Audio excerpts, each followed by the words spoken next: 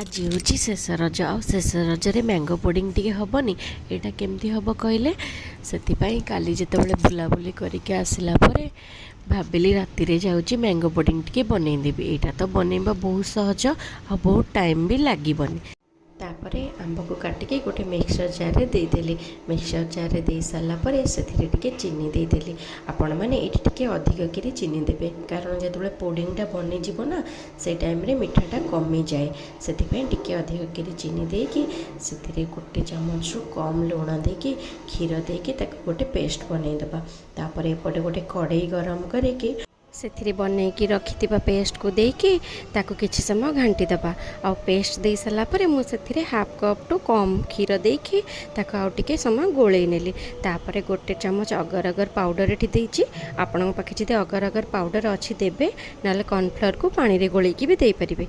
देखंतु अगर अगर पाउडर दे सारा पर किछि समय फुटै देली। फुटी सारा पर एठी हमर रेडी हे गला मैंगो पुडिंग बनिबा पई। गोटे काचा बाउल एमती काढी के ताको फ्रिज रे 2 घंटा छाड़देली।